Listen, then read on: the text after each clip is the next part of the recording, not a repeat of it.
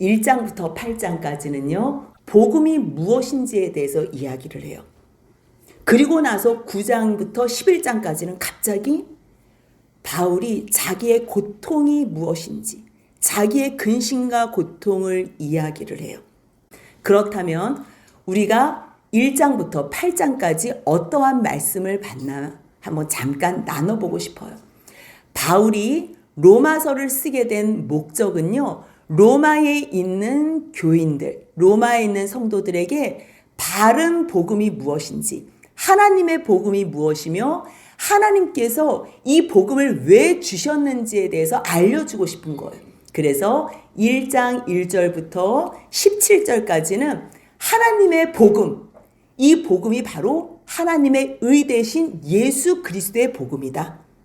하나님의 이 의로 말미암아 너희들이 살 수 있다는 거예요.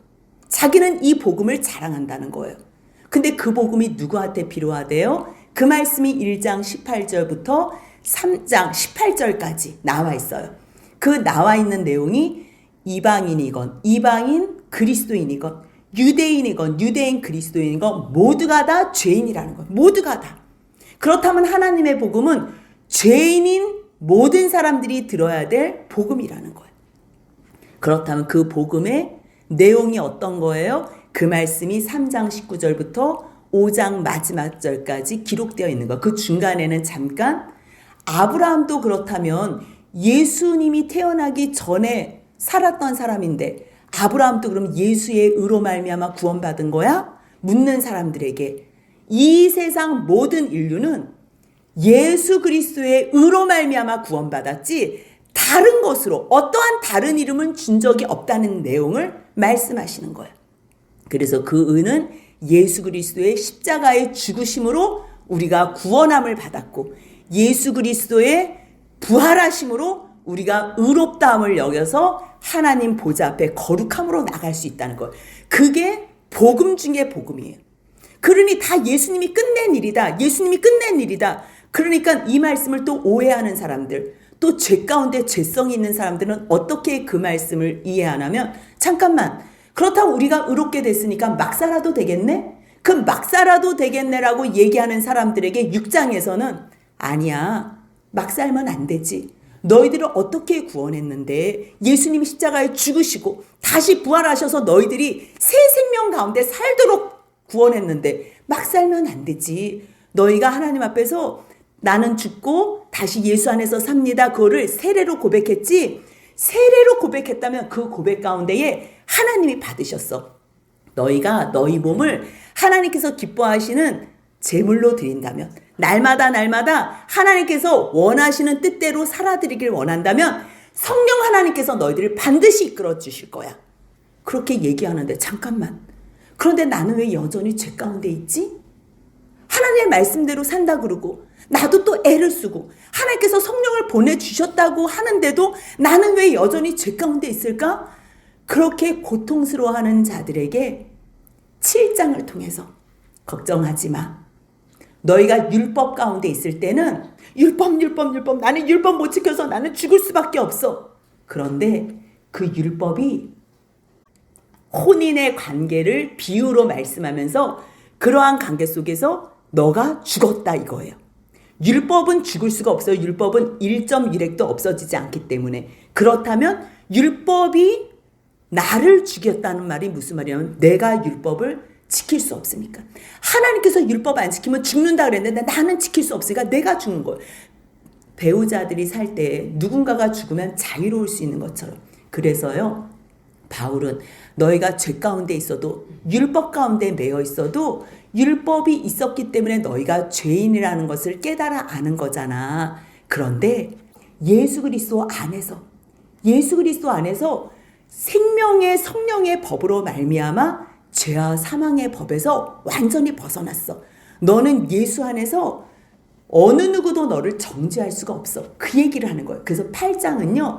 로마서 전체의 꽃이라고 할 만큼 복음 중에 복음. 우리가 지킬 수 없는 그 율법을 예수 그리스도께서 완전히 이루심으로 말미암아 우리가 예수 안에만 있으면 그 율법을 완전히 이룬다는 얘기예요. 그 율법에서 해방됐다는 거예요. 그렇다면 우리가 전혀 지키지 않고 해방됐다는 게 아니고요. 전에 우리가 같이 말씀을 나눴잖아요. 아무리 멋진 남편이 모든 율법을 가지고 율법 자기들 율법을 지키면서 율법 여보 오늘은 이거 지켜야 돼 이거 지켜야 돼 처음에는 좋아서 하지만 그 다음에는 할 수가 없어서 이제는 도망가고 숨고 외식하는 사람으로 바뀐다고. 하지만 새로운 남편은 비유를 할 때 이 남편은 똑같이 율법 이상의 온전함이 있지만 이 남편은 자기가 대신 모든 것을 다 하면서 당신은 쉬세요. 내가 다 할게요. 당신은 그냥 또 쉬세요. 그러면서 계속 이 남편이 일도 하고 집에 와서 또 살림도 한다면 그 사랑에 감복해서 아내가 이제는 자발적으로 뭐 해라 말아라 하는 것 이상의 것을 사랑으로 감당한다는 거예요.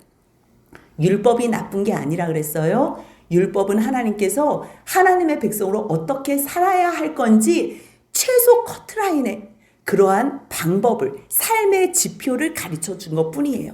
그런데 하나님을 사랑하지 않고서는 절대로 어느 누구도 내 의지로 율법을 지킬 수가 없어요. 뭐 하라 그래서 할 수가 없는 거예요. 그런데 하나님의 사랑을 알 때 그 사랑을 누구로 깨달아 알아요? 예수 그리스도의 십자가의 사랑으로 깨달아 알 때에 비로소 우리들은 그 사랑 안에서 내가 자발적으로 하나님 말씀 앞에 순종하게 되는 거예요. 그래서요 우리가 이제는 육신의 일을 버리고 내가 날마다 하나님께 드리는 삶을 사는 거예요. 옛날에는 내가 불법에 드렸다면 이제는 하나님께서 기뻐하시는 의의 삶에 드리는 거예요. 그러면요 의의 삶에 드리는 순간 누가 나를 인도해 주시냐면 하나님의 영이신 성령님이 나를 이끌어 가세요. 그래서 우리가 순종하는 삶을 사는 사람들은요 다 내 안에 성령님이 계시기 때문이에요. 성령님이 계시지 않으면 절대 순종할 수 없어요. 그러니까 우리가 오늘 또 순종한다? 그럼 성령님이 내 안에서 이끌고 가시는 거예요. 그런데 성령님이 그 가운데 계시는 사람들은 무엇을 가르쳐 주냐면 하나님이 아빠 아버지야. 너희는 하나님의 자녀야. 아들이야. 그걸 가르쳐 줘요. 그러면 아들이 받는 복은 뭐예요? 상속자가 되는 거예요. 상속자. 이 상속자는 누가 받은 복이냐면 예수께서 받은 복이에요. 예수 그리스도가. 그러면 예수 그리스도께서 하나님의 아들로서 상속자의 복을 받았다면 우리도 예수 안에 있는 동안에 하나님 안에서 예수 안에서 상속자의 복을 받는 거예요. 근데 예수님도 그 상속자가 되기 위해서 온전한 순종으로 고난을 당하셨잖아요. 그럴 때 우리도 이 땅에서 고난을 당해도 돼. 근데 이 고난은 끝나는 고난이고 잠깐의 고난이야. 너희가 누릴 영원한 영광과 비교가 안 돼. 그런데도요 이 땅에서 그 고난을 견디기가 쉽지 않아요. 하나님 다 아는데 견디기가 너무 어려워요. 그래서 주님께서는 우리가 지난 시간에 말씀 나눴지만요. 내가 성령을 보내서 너희들을 위해서 기도하게 할게. 너희가 기도할 줄 몰라서 무엇을 빌바도 알 줄 모를 때 내가 성령을 통해서 기도하게 할게. 그 말씀이 26절 27절이었고요. 그리고 또한 28절부터 30절까지는요. 성부 하나님께서 우리를 통해서 어떻게 역사하시려고 계획하셨나. 우리 빼놓고 일하시지 않겠대요. 하나님의 사랑을 아는 너희들, 하나님을 사랑하는 너희들을 통해서 내가 내 아들 예수의 형상을 닮게 할게. 이거는 내가 예정해 놓은 거고 내가 다 계획해 놓은 거야. 너희 걱정하지 마. 그래도 하나님 잘 안 돼요. 그래서 내가 또 준비해 놨는데 내 우편에 예수가 너희를 위해서 기도한다. 오늘 또 너희들을 위해서 중보해. 그 말씀이요. 로마서 8장 31절부터 34절까지. 그러니 성부 하나님, 성자 하나님, 성령 하나님, 성삼위 하나님께서 우리의 거룩을 위해서 우리를 아들 삼기 위해서 운행하시고 이 모든 일을 하시는 걸 알 때에 35절부터 39절까지 하나님의 아들 된 우리들이 찬송하리로다. 예수 그리스도 안에서 그리스도 예수 안에 있는 하나님의 사랑에서 우리를 어떤 것도 끊을 것이 없다. 사망도 환난도 어떠한 핍박도 어떤 것도 끊을 수 없다고 찬양하는 거예요. 그래서 1장부터 8장까지 말씀이 쭉 이어온 거예요. 어떻게 해요? 하나님의 복음이 어떻게 나타났는지, 누구에게 나타났어요? 아직 죄인인 사람들, 연약한 사람들, 원수된 자들에게 하나님의 사랑이 나타나고 하나님의 복음이 나타났어요. 그래서 그 복음을 깨달아 아는 자들, 성령의 도우심과 예수 그리스도의 중보로 말미암아 이 땅에서 견디고 살 수 있는 것. 그래서 할렐루야 찬양하는 거예요. 어떠한 환난과 어떠한 죽음과 사망도 우리를 하나님의 사랑에서 끊을 수 없다. 그래서 8장이 딱 끊어졌어요. 그런데 바울은 그 다음에 심한 슬픔과 고통 가운데에 하나님 앞에 부르짖고 있어요. 왜냐하면 잠깐만, 이방인들도 이렇게 말씀을 받아서 아멘으로 듣고 내가 지금 세운 교회가 몇 개야? 얼마나 많은 이방인들이 복음 안에 들어왔어. 예수를 나의 주 그리스도로 섬기고 하나님의 아들로서 상속자로서 이 땅에 살고 있는데 생각해 보니까 이스라엘 백성들이 너무 안타까운 거예요. 너무 안타까운 거예요. 그래서 9장부터 11장까지의 내용은요, 이스라엘을 통해서 하나님의 약속을 생각하며 이 무너진 마음, 이 슬프고 고통스러운 마음을 다시 말씀으로 세우는 거예요. 왜요? 로마서를 누가 읽는다 그랬어요? 거기에 유대인들도 있기 때문에. 유대인 그리스도인들도 있지만요, 아직 예수를 알지 못하는 사람들, 예수를 십자가에 못 박은 사람들, 예수를 하나님의 원수라고 생각하는 사람들, 그게 너무 가슴 아픈 거예요. 왜요? 자기가 그랬기 때문에.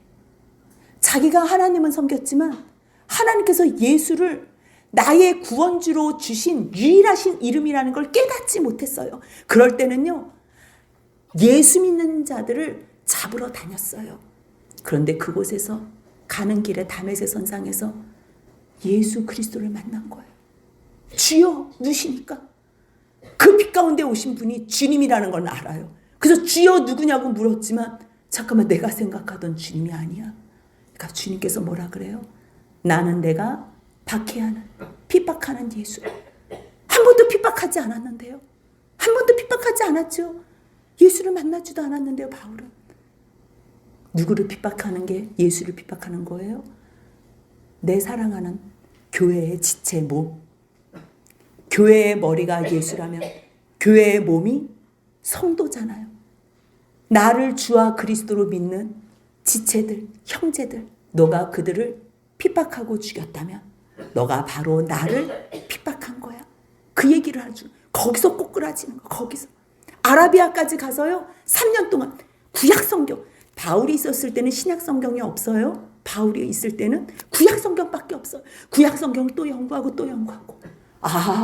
하나님께서 보내주시겠다고 했었던 그 메시아, 그 메시아가 예수구나. 그 메시아, 히브리어로는 메시아, 헬라어로는 그리스도. 그 그리스도가 예수구나. 그것만 전한 거예요. 유대인들에게는 여러분들 기다렸던 메시아가 그리스도가 예수입니다. 예수입니다. 그리고 이방인들, 예수가 누군지도 알지 못하고 그리스도가 누군지도 알지 못하는 자들에게는 여러분들 죄에서 구원한 예수가 하나님께서 보내주시겠다고 약속하신 그리스도입니다. 이거를 전하는 거예요.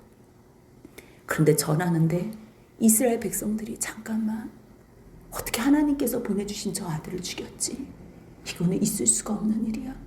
잠깐, 그렇다면 하나님의 약속이 폐해졌나?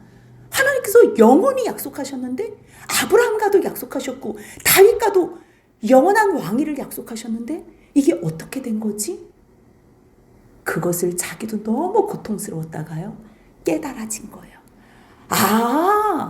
하나님의 말씀은, 약속은 폐해진 게 아닌 것 같다. 이스라엘이라고 다 이스라엘이 아니구나. 나는 이스라엘에게서 난 자가 이스라엘이라고 생각했는데 이스라엘에게서 난 그들이 다 이스라엘이 아니구나. 이거를 깨달은 거예요.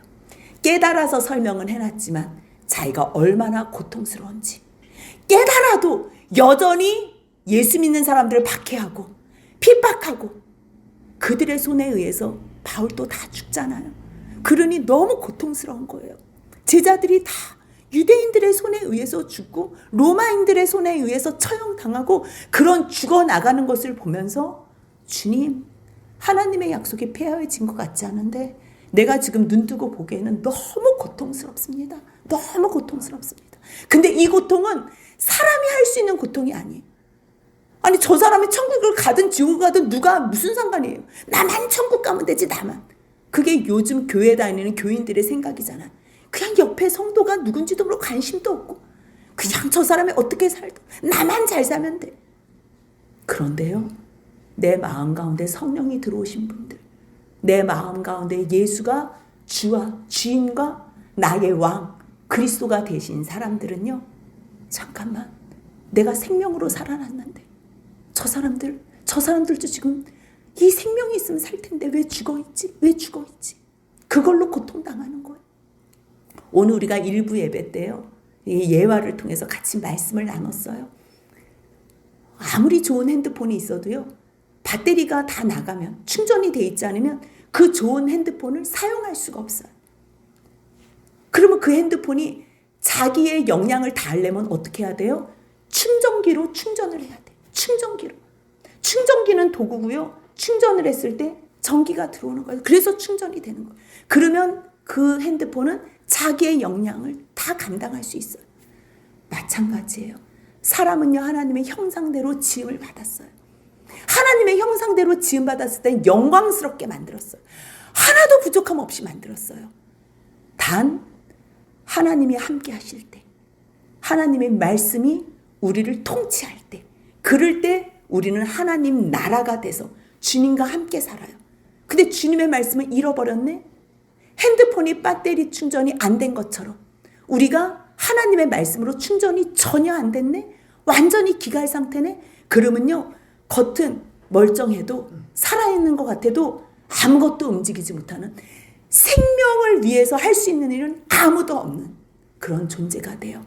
그렇기 때문에 먼저 사람이라고 하나님의 형상을 닮은 사람이라면요, 자기의 본 모습을 회복하기 위해서, 자기의 역량과 역할을 감당하기 위해서는요, 생명의 말씀으로, 하나님의 말씀으로 충전이 돼야 돼요.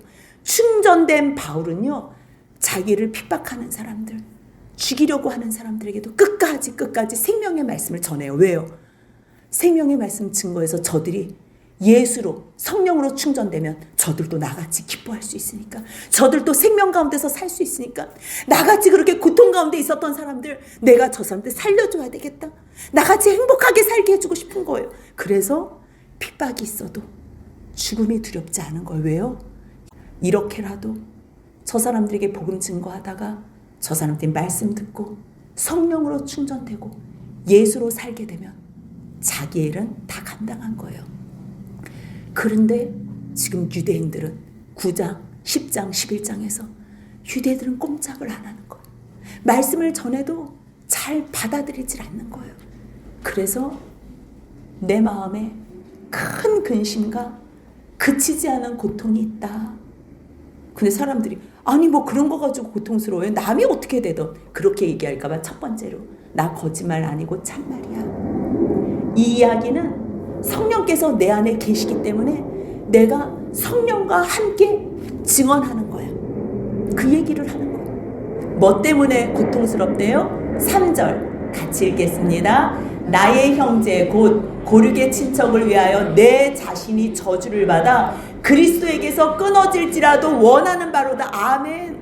아멘. 바울은요, 하나님의 사랑이 무엇인지 아는 거예요. 이 기도는 누구만 할 수 있냐면 정말로 온 마음으로 성령이 충만한 사람, 온 마음에 주님이 예수인 사람, 내 마음의 왕이 예수인 사람, 그런 사람들만 내 영혼을 바꿀 수가 있는 거예요. 왜요? 나 하나 죽고서 나 하나 멸망되고 저 많은 사람들, 저 이스라엘 백성들 하나님 구원해 주시면 나는 그게 더 복됩니다. 이 기도는요, 예수께서 하신 기도예요. 자기가 영혼을 버려서 속건제물로 삼으시고, 그 말씀이 이사야 53장 10절 이후에 나오는 말씀이잖아요. 자기를 버렸다니까요. 하나님에게서 자기를 저주했어요. 완전히 저주받은 모든 세상의 사람들을 구원하시기 위해서, 모든 세상의 사람의 죄를 예수에게 쏟아 부으시기 위해서. 그러면 그 세상 사람들이 받을 진노도 누가 부음받은 거예요? 예수께 다 쏟아서 예수께서 다 그 진노까지 부음받아서 하나님에게서 영원히 끊음을 받았어요. 영원히.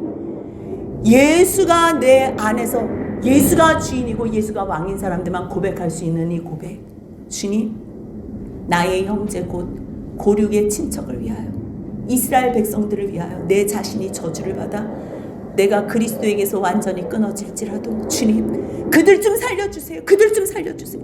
네, 이 기도는요, 신약 성경에서는 바울이 했고요, 구약 성경에서는 모세가 했어요. 출애굽기 32장에는 모세가 시내산에서 하나님 말씀 받으러 올라갔을 때 밑에서는요, 왜 모세가 안 오지? 모세가 안 오지? 그래서 금송아지를 만들었어요. 그 금송아지 만든 사람들, 하나님께서 어떻게 걔네들이 금송아지를 만들 수 있니? 야, 아직 나하고 언약한 게 아직 피가 마르지도 않았어. 잉크가 마르지도 않았어. 야, 근데 어떻게 이미 벌써 쟤네들은 벌써 떠났어. 나를 떠났어. 금송아지가 자기들을 구원했대. 내가 구원한대. 나 여호와 하나님이라 그랬잖아. 구원의 하나님. 그런데 금송아지가 자기들을 구원했다고 지금 춤추고 있다. 나 쟤네들 나 같이 못 가겠어. 그랬을 때 모세가 하나님 용서해 주세요. 만약에 저들을 주님께서 버리시고 같이 못 간다고, 야, 내가 버린 거 아니야. 쟤네가 버린 거야. 그래도요, 주님 한 번만 더 용서해 주세요. 주님께서 저들을 받아들이지 않는다면 차라리 주께서 기록하신 책에서 내 이름을 지워버려 주옵소서. 그 얘기라. 주님께서 저들을 용서해 주지 않을 거면 차라리 나를 그 생명책에서 지워버려 주세요. 그러니까 주님께서 거기서 또 대답해요. 나는 그 생명책에 너가 그렇게 기도한다고 지우는 거 아니라 누구든지, 이게 중요해요. 주님은요, 하나님의 백성으로 다 기록해놨어요. 다 기록해놨어요. 하나님의 형상으로 만드셨다니까요. 그런데 하나님 싫어서 떠난 사람들 그 생명책에서 다 지워버린대요. 여러분들, 그래서요, 오늘 이 9장에는 우리가 잘못 알고 있는 예정론에 대해서 분명하게 기록이 되어 있어요. 하나님은 누구는 예정하고 누구는 유기하려고 지옥 불쏘시개로 예정해서 만들었다, 유기했다. 아니에요. 그건 우리가 오해한 거예요. 그게 아니라는 걸 설명한 로마서 9장을 통해서 잘못 오해한 거예요. 주님은요, 절대 그러지 않는데. 그거를 아는 바울은요, 주님, 저들을 좀 용서해달라고. 차라리 나를 버려달라고. 주님은요, 절대 바울 버리지 않아요. 그러는 가운데에 바울이 무엇을 깨달았냐면, 그렇지, 이스라엘은 참 복 가운데 있지. 그들은 이스라엘 뜻이 뭐예요? 사람과 하나님과 겨루어 싸워 이겼다는 이름이에요. 이 세상에 많은 나라 이름 가운데요, 하나님이라는 이름이 들어가는 나라가 또 있어요? 제가 알고 있는 나라는 이스라엘밖에 없는 것 같아요. 이스라엘 이름 자체가요, 저 나라는 사람과 싸워도 하나님과 싸워도 이기는 나라예요. 얼마나 크게 높여주는 나라예요. 그래서요, 강원도만한 조그만 땅덩어리인데 저 나라에서 전쟁이 나잖아요. 모든 세계가 그냥 다 집중한다니까요. 저 나라는 얼마나 강한지 몰라요. 왜요? 하나님께서 그렇게 강하게 세우셨어요. 근데 원래 강하기 때문에 강하게 한 거야? 아니에요.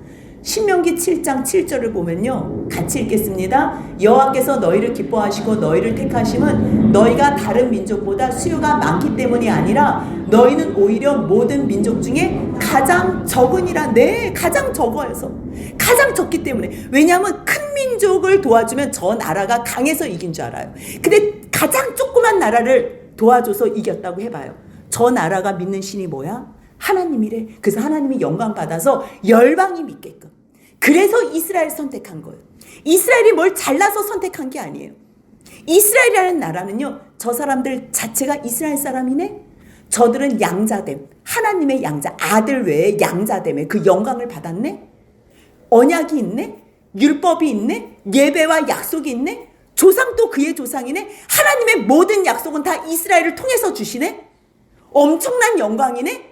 그리스도도 육신의 혈통으로는 그들에게서 났네. 와, 하나님 위대하십니다.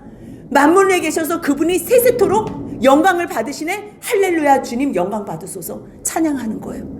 그러면서 깨달아진 거예요. 뭐가 깨달아졌냐면요, 하나님의 말씀을 폐하여진 것 같았어요. 왜냐하면 유대인들이 예수님을 십자가에 처형했기 때문에. 물론 로마의 손에 의해서 처형했지만 대제사장과 서기관들이, 바리새인들이 다 팔아서 넘긴 거잖아. 바울이 무엇을 깨달았냐면요. 아무리 유대인들이 저렇게 예수를 죽여도 하나님의 말씀은 절대 폐하여지지 않는다. 바울도요, 이스라엘의 자손들이 다 이스라엘인 줄 알았어요.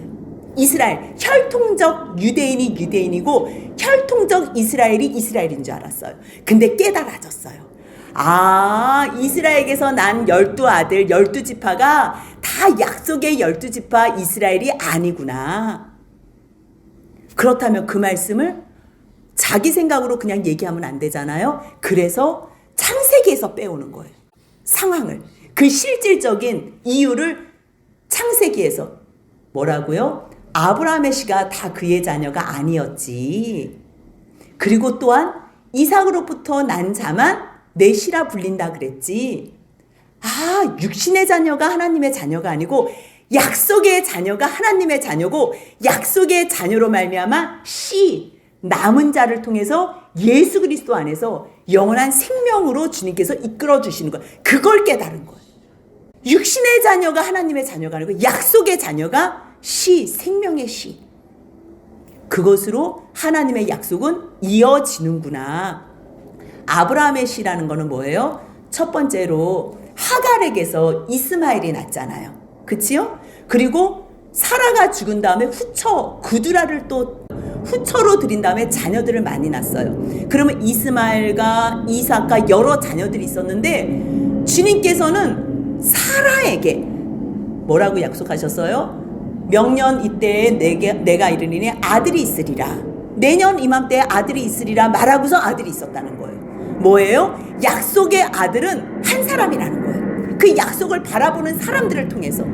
원래요, 장자가 그 아버지의 대를, 영적인 대를 약속을 이어요. 그럼 장자면 아무리 첩이라 그래도 첩의 아들 이스마엘을 세워야 되거든요. 근데 하나님께서 이스마엘에게 하갈에게 기회를 줬어요. 근데 그 기회를 우습게 여겼을 때 그 약속을 누가 붙잡냐? 끝까지 하나님의 약속과 말씀을 붙잡은 이삭이 하나님의 약속의 씨라는 거예요. 그렇다면 잠깐, 이번에는 아내들이 너무 많아가지고 헷갈려. 뭐 하갈도 있고 그드라도 있고 뭐 사라도 있고, 그러니까 헷갈리니까 이번에는 아내가 한 사람만 있었던 리브가를 한번 예를 들자. 그래서 9장 10절에는요. 리브가가 우리 조상 이삭 한 사람으로 말미암아 임신했지. 그러면서 에서와 야곱의 예를 드는 거예요. 이 말씀으로 하나님께서는 바울을 통해서 예정이 무엇인지, 내가 너희들을 선택하는 게 무엇인지 그러한 오해들을요 완전히 정리해줘요. 이삭과 리브가 보자. 두 사이에서 애들이 나왔지. 쌍둥이로 나왔어. 얘네들은 몸집은 굉장히 달랐지만 얘네들은 쌍둥이로 나왔어. 이제 그 얘기를 하는 거예요. 뱃속에서 얘네들이 착한 일 했니? 여러분들 지금 말씀드릴 때는요 완전히 여러분들이 생각했던 거를 다 내려놓으셔야 돼요. 그동안 생각했던 거를 들으면서 하면요 자꾸만 예정론으로 가요. 아무것도 잘한 것도 없는데 하나님께서 무조건 야곱을 사랑하셨네, 이렇게 해석을 하면 안 돼요. 아무것도 잘한 것이 없을 때, 선이나 악을 행하지 않을 때 하나님께서는 에서를 특별히 장자로 택하셨다는 거예요. 지금 여러분들이 그동안 들었던 말씀하고 180도 완전히 바꿔서 제가 성경에서 얘기하는 거를 설명해 드릴 거예요. 야곱이 뭘 잘한 것도 없고 에서가 뭘 잘한 것도 없는데 뒤에서 애가 바뀌고 또 바뀌고 뱃속에서 바뀌고 하잖아요. 그런데 이스라엘의 장자는요 특권이 있어요. 왜냐하면 아버지의 그 모든 영적인 권위야 물질적인 복을 다 2배로 받아요. 그렇기 때문에 이스라엘의 장자라는 건 뭘 잘하지도 않았는데 첫 번째, 그것도 쌍둥이 가운데서 엎치락 뒤치락 하더니 첫 번째로 나와? 이거는요 하나님께서 행하셨다는 거예요. 누구에게 주신 복이에요? 에서에게 주신 복이에요. 에서에게 장자의 복을 주셨어요. 그리고요 이 모든 것이 정해지기도 전에 하나님께서 나는 얘를 장자로 만들 거야. 그리고 붉게 만들 거야. 그리고 나는 얘를 크게 만들 거야. 이제 이런 계획으로 예정을 하신 거예요. 이거는요 내가 얘를 구원하겠다고 예정한 게 아니라 환경적으로 내가 큰아들로 만들 것을 이 땅에서 환경적으로 내가 이렇게 맡겨주겠다 예정하는 거예요. 근데요 11절에서는 오직 어떤 사람의 행위대로 내가 그 몫을 역할을 정해준 게 아니라 하나님의 의도대로 하나님께서 부르시는 그 선하신 뜻대로 주님께서는 한 사람 한 사람을 다 세웠다는 거. 그런데요 12절에서 큰 자가 어린 자를 섬긴대요. 그럼 여러분들 예수님은 이 땅에 섬김을 받으러 오셨어요? 섬기려 오셨어요? 그러면 섬기는 자가 복되요? 섬김을 받는 자가 복되요? 섬기는 자가 복되요. 에서에게 쌍둥이인데 어떤 복을 주셨어요? 섬기는 복을 주셨어요. 섬기는 복. 큰 자로서 섬기는 복을 주셨어요. 근데 그것을 알지 못할 때는요 우리는 섬기는 사람이 무슨 저주를 받은 줄 착각해요. 아니에요. 큰 자가 섬기는 거예요. 리브가가 이 뱃속에서 막 두 애가 싸우는 것을 보면서 하나님 이게 무슨 일인지 몰라요. 얘네들이 지금 뱃속에서 난리가 났어요. 그랬을 때 주님께서 뭐라고 얘기해? 두 국민이 내 태중에 있구나. 두 국민이라 그래요. 이건 지금 좋은 국민 나쁜 국민이 아니라 하나님께서요 한 여인의 뱃속에 두 국민을 주셨어요. 그런데요 두 민족이 내 복중에서 나누이는데 이 족속이 저 족속보다 강하대요. 큰 자가 어린 자를 섬긴대요. 그럼 이 족속이 저 족속보다 강하면 누구를 얘기해? 에서가 더 강하다는 거예요. 그리고 큰 자가 어린 자를 섬긴다는 건 누가 누구를 섬기는 거예요? 에서가 야곱을 섬겨요. 그러면 에서가 아무것도 잘한 게 없는데 뱃속에서부터 지금 누가 환경적인 복은 누가 더 크게 받고 나오는 거예요? 에서예요. 에서는 예수가 받는 복을 받고 나온 거예요. 근데 세상에서는 우리가 왜 잠깐만 이걸 오해 안 하면 세상에서는 힘없는 사람이 섬겨요. 약한 사람이 섬겨요. 약한 사람이 굴욕을 당하면서도 강한 자를 섬겨요. 그건 슬픈 일이에요. 근데 하나님의 나라, 하나님의 통치가 임하는 나라는 어떤 곳이냐면요. 강한 자가 섬겨요. 왕 대신 그분께서 섬겨줘요. 많이 가진 자가 나눠주는 거예요. 그게 아름다운 천국의 모형이에요. 그래서 하나님께서는 에서에게 그것을 보여주고 가르쳐 주려고 강하게 하시고 뭘 잘해서가 아니라 강해야지 섬기지요. 강해야지 바깥에서 뭐 짐승이라도 잡아가지고 사냥이라도 해서 가족들을 먹이지요. 다 집에서 부엌일만 하면 어떡해요. 그래서 하나님께서는 골고루 역할을 주시는 거예요. 그 역할적 예정은 누구 마음대로 할 수 있다는 거예요. 그게 하나님 마음대로 할 수 있는 거예요. 그게 토기쟁이 마음대로 할 수 있는 거예요. 이 토기쟁이가 너희들이 힘들게 하기 위해서 마구잡이로 자기 뜻대로 악하게 한다는 게 아니고요. 하나님은 선하세요. 잠깐만 하나님을 악하게 오해하지 마세요. 하나님은 선하신데 내가 잘 섬기라고 이렇게 힘을 준 거야. 이렇게 능력을 준 거야. 내가 에서에게 장자권을 준 거야. 그 이야기예요. 근데 거기에 불기까지예요. 다윗을 평할 때 다윗에게 기름 부러 갔을 때 다윗이 아름답다 그러면서 붉다고 표현해요. 이스라엘에서는 붉은 게요 아름답고 멋있는 거를 표현할 때 아름답고 붉다. 에서는 잘한 것도 없는데 붉게 태어났어요. 그리고 또 이스라엘 백성들은 이 수염을 길러요. 이거는 내가 수염을 심고 싶어서 심어지는 게 아니에요. 왜 내시들처럼 왜 태어날 때부터 수염 없는 사람들 있지요? 이런 사람들은 어떻게 할 수가? 근데 에서는요 털복숭이로 태어났어요. 잘한 게 아무것도 없는데 태어날 때부터 태생이 이렇게 멋지게 태어난 거예요. 왜 특별히 피부 관리 안 하고 몸매 관리 안 해도 뭐 굉장히 멋있고 뭐 훤칠한 남자들 여자들 있잖아. 잘한 게 없어요. 그렇게 하나님께서 나게 하셔서 왜요? 그것으로 옆에 있는 사람 섬기라고. 여러분들 그걸 놓치시면 안 돼요. 내가 남들보다 지혜가 있어요? 지식이 있어요? 기억력이 좋아요? 그걸로 옆에 있는 사람 사랑하라고. 내가 다른 사람보다 힘이 좋아요? 옆에 있는 사람 도우라고. 내가 다른 걸 또 달란트가 있어요? 그거 섬기라고. 하나님은요 오로지 그것밖에 없어요. 형제 사랑하고 섬기라고. 그리고서 야곱은 조금 약하게 만들었어요. 왜요? 형 도움 받으면서 너가 감사하며 하나님 바라보며 살라고. 그렇기 때문에 에서에게도 복이고 야곱은 자기 성향대로 부엌에서 형이 잡아온 고기 음식 같이 엄마하고 만들면서 그렇게 하나님께서 주신 그 환경에서 하나님 찬양하며 감사하고 살라고. 그렇기 때문에 에서는요 지금 엄청난 복을 받은 거예요. 겨우 야곱은 에서 발꿈치 잡고 나왔다. 이것밖에 없어요. 그래서 그 이름이 야곱이래. 한 번도 하나님이 야곱을 사랑했다 뭐라 말 안 해. 저 온통 그냥 다 에서만 사랑했다는 말이에요. 근데 이 로마서에 12 다음에 바로 13절이 있는데 여기서 내가 야곱은 사랑하고 에서는 미워했다 그러는데요. 이 말씀이 어디서 나오냐면 이거는 창세기에서 나오지 않아요. 여러분도 한번 창세기 읽어보세요. 창세기에는 이 말씀이 절대 안 나와요.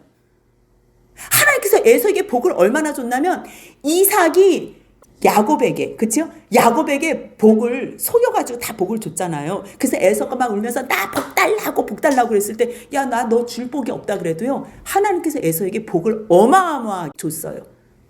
야곱에게 너가 형제들의 주가 된다 그랬는데 결국 야곱이 형한테 뭐라고 얘기해요? 하나님을 배우는 것 같다 그래요. 아무리 에서가 동생한테 복을 다 뺏기고 야곱이 형의 복을 다 빼앗은 것 같고 뭐 이삭이 뭐 얘한테 줄 복을 얘한테 나눠준 것 같아도 하나님의 마음은 변함이 없었어요.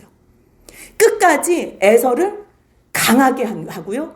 야곱이 뭐 준다 그래. 야, 나 너무 많아서 필요 없어. 그럴 만큼.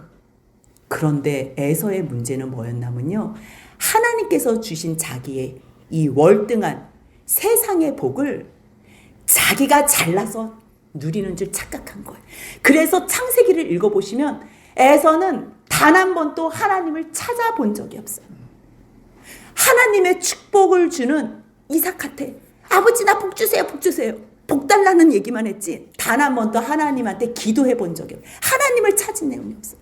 그런데 야곱은 약삭빠르게 살고 그냥 속이는 일에는 선술해도 늘 누구를 찾아요? 하나님 무서우면 하나님. 하나님은요, 죄 짓는 사람을 기뻐하신다는 게 아니라 하나님을 찾는 사람을 기뻐하세요.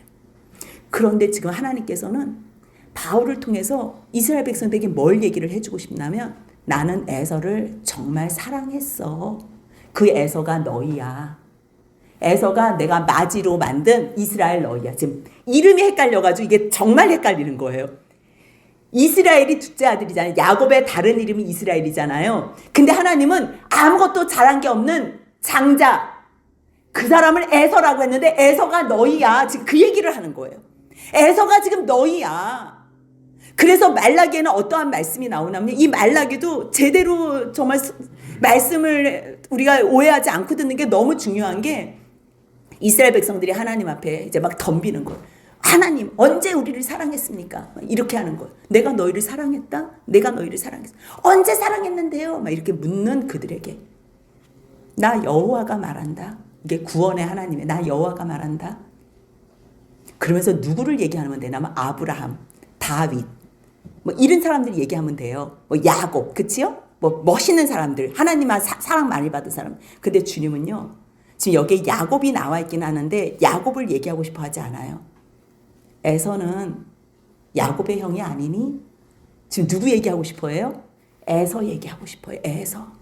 지금 니네가 에서야. 니네가 내가 첫 번째로 선택한 나의 백성이야. 나의 맏아들이야. 나의 장자, 나의 첫것이야. 지금 그 얘기하는 거예요. 에서는 야곱의 형이 아니니? 근데 내가 이방을 사랑했다? 이런 의미로. 근데 내가 야곱을 이거는 눈물이에요. 내가 에서는 미워하고 야곱을 이 얘기가 아니고요. 에서가 야곱의 형 아니니? 내가 그에게 모든 거 다 준 거 아니야? 근데 내가 야곱을 사랑했어. 나 에서 미워했어. 이거는요 주님의 눈물이에요. 이거는 미움이 아니야. 내가 걔를 사랑하고 싶어서 내가 걔를 사랑해서 내가 걔를 얼마나 끝까지 걔를 품었는 줄 알아? 신명기 2장 5절 보면 나 세일산 이스라엘 백성들이 가나안 들어갈 때 내가 세일산 건들지도 못하겠어. 나 이 세일산은 에서한테 준 거니까 너희 건들지 마. 내가 지금 이스라엘 백성들 약속의 땅에 갈 때도 내가 에서 자손들에게 특별한 대우를 했어. 근데 그들은 나를 한 번도 부르지 않았어. 단 한 번도 부르지 않았어. 내가 그래서 그들의 산도 황폐하게 했다. 내가 그들의 산업을 광야의 이르들에게 넘겼어. 그런데 그들은 하나님을 찾는 게 아니라 황폐한 거 우리가 어떻게 다시 쌓지? 내가 다시 쌓을게. 하나님께서 그래서 너희 쌓아? 난 그래도 헐을 거야. 나 또 헐을 거야. 헐을 거야. 그냥 너희들 나 찾지 않으면 너희들 영원히 진노받은 백성이라고 할 거야. 그래서 바깥에 있는 사람들이 아 여호와 하나님 크시다. 차라리 이방 사람들이 나를 찬양하게 할 거야. 그래서 내가 야곱은 사랑하고 에서를 미워했다는 얘기예요. 근데 이 말씀을 로마서 9장 12절 13절이 붙어 있으니까요. 잘못 이거를 오해해가지고 이게 뭐 창세기에 있는 말씀인 줄 알고 하나님이 처음부터 얘는 사랑하려고 특별히 예정하고 얘는 아주 불쏘시개로 아주 미워하려고 아니에요. 창세기하고 말라기는요. 구약 성경 처음과 끝이에요. 처음과 끝. 이 사랑의 내용, 이 긴 시간을 기다렸는데 에서는 결국 안 왔어. 근데 니네가 지금 에서야. 너희 왜 지금 이렇게 어렵냐고. 하나님 왜 불의합니까? 우리 왜 구원 안 합니까? 때로는. 왜 우리를 택했습니까? 너는 이래도 불평 저래도 불평. 너희 하나님 불의하지 않아. 주님은 긍휼히 여길 자를 긍휼히 여겨. 불쌍히 여길 자를 불쌍히 여겨. 아무리 내가 내 힘으로 내가 원하는 대로 내가 다른 집 발질해도 니네들 힘으로 하나도 안 돼. 에서는요 자기가 원하는 대로 살았어요. 자기 힘으로 자기가 다른 박질하면 내가 뭔가 되겠지. 안 된다는 거예요. 무엇으로만 돼요? 주님 긍휼히 여겨주옵소서. 긍휼히 여겨주옵소서. 그 말씀을 모세한테 했대요. 언제 했어요? 그 금송아지 사건 이후에 32장 다음에 33장 19절에서 내가 내 모든 선한 것을 너 앞에 지나가게 하고 여호와의 이름으로 너 앞에 선포할게. 여호와 구원. 그 구원의 하나님은 언제부터 약속하냐면 영원의 시간에서 약속한 거. 뭐라고요? 나는 은혜 베풀 자에게 은혜 베풀고 긍휼 여길 자에게 긍휼 베풀 거야. 그럼 누구에게 은혜 베풀고 누구에게 긍휼을 베푼대요? 그 말씀이 에베소서 1장 3절로 5절까지의 말씀이에요. 찬송하리로다 하나님. 누구 했대요? 우리 주 예수 그리스도의 아버지께서. 하나님이요 예수 안에서 우리에게 모든 복을 주셨대. 그건 언제 있었던 일이래요? 에베소서 1장 4절 같이 읽겠습니다. 곧 창세전에 그리스도 안에서 우리를 택하사 우리로 사랑 안에서 그 앞에 거룩하고 흠이 없게 하시려고. 창세전에 있는 사건이에요. 그래서 결국 예수 안에서 우리를 예정한 거예요. 예수를 예정한 거. 누구는 구원받으려고 누구는 버리려고 예정한 게 아니고 예수 안에서 우리를 예정한 교회의 몸을 예정하신 거예요. 그래서 우리로 자기의 아들이 되게 한 거예요. 누구의 의로? 예수의 의. 이 의는요 차별이 없어요. 우리 이미 벌써 배웠잖아요. 로마서 3장 22절 같이 읽겠습니다. 곧 예수 그리스도를 믿음으로 말미암아 모든 믿는 자에게 미치는 하나님의 은이 차별이 없는. 우리가 예수를 믿는 게 아니고 예수께서 이미 끝내신 의예요. 끝낸 거. 그 끝낸 의를 우리가 아멘 받기만 하면 돼요. 그렇기 때문에 하나님이 불의하지 않아. 하나님은 모든 사람을 구해. 여러분들이 하나님 믿고 안 믿고 여러분들 다 구했다니까요. 근데 여러분들 믿지 않으면 어떻게 마지막에 생명책에서 이름이 지워지는 거예요. 여러분들 이미 벌써 다 주님께서 구원해 주셨어요. 근데 믿지 않아요? 내가 믿지 않는 자들, 내 말에 순종하지 않은 자들 이름 지우는 거예요. 그러니까 하나님이 불의해요? 우리가 불의해요? 우리가 불의한 거지. 그래서 너희가 무슨 말해? 하나님에게 불의가 있어? 절대 없어. 주님은 나 불쌍히 여겨주세요. 나 아무것도 없어요. 나 의롭지 않아. 나 주님 살려주세요. 그런 사람들 불쌍히 여기 긍휼히 여긴대요. 주님께서는요. 이 모든 일들 바울도 세우고요. 바로도 세우는데 하나님께서 바로를 세우시고 우리는 그러잖아요. 바로의 마음을 강팍하게 하셨다. 스스로도 강팍해 했지만 또 하나님께서 강팍해 하셨다는데요. 하나님의 의도는 그게 아니었대요. 뭐가 하나님이 바로를 세운 목적이 뭐였냐면요. 내가 이 일을 위하여 바로 너를 세웠는데 애굽이 제일 큰 땅이었잖아 그때. 그랬을 때 너로 말미암아 내가 내 능력을 너로 통해서 보이고 싶었어. 그러면 너가 하나님의 이름을 온 땅에 전하길 원했거든. 사실 모세하고 바로하고 딜이 있었잖아요. 10가지 재앙이. 누구 말을 들어줬어요? 하나님께서 모세 말을 들어줬어요? 바로 말을 들어줬어요? 바로 말을 들어줬어요. 재앙이 있다 그러고 바로가 저거 좀 내보내주세요. 그러면 언제 내보내줄까? 내일이요. 그럼 바로가 원하는 대로 해줬다니까요. 그러면 하나님께서 하나님의 살아계심을 누구에게 보여줬어요? 바로에게 보여줬어요. 그것으로 하나님께 영광 돌리라고. 그런데 마지막에는 하나님께 영광 돌리는 게 아니라 하나님을 대적한 거예요. 그러니까 하나님의 뜻하고 상관없는 거지. 그러니까 주님께서 바로를 왕으로 세운 것도 하나님이라는 거. 왜요? 목적이 뭐예요? 그가 왕이 돼서 하나님께 영광 돌리고 이방인들에게 하나님이 여호와십니다. 구원해 줍니다라는 걸 선포하게 하려고. 근데 그가 완악해서 그것을 자기의 역할을 감당하지 못했다는 거예요. 그러니까 하나님께서 하시고자 하는 자를 긍휼히 여겨요. 주님 나 불쌍히 여겨주세요 하는 사람들을 긍휼히 여기고, 나는 하나님 없어도 상관없어 그런 사람들을 그냥 내버려 두는 거야. 하나님께서 일부러 완악하게 할 필요 없어요. 그냥 내버려 두면 성령님이 거두어지면 그 사람은 어떻게 돼요? 완악해진다는 거예요. 그때 오늘 이 말씀은요, 사실 2시간을 연장해가지고 한 번에 끝내면 제일 좋아요. 다음 주에 또 다시 한번 연장할 건데요. 우리가 그동안 잘못 알고 있었던 이 에서의 오해, 이거는 하나님께서 특별히 최고의 복, 세상에서 주는 최고의 복을 주셨는데, 오해가 뭐였냐면 자기가, 나는 처음부터 금수저야.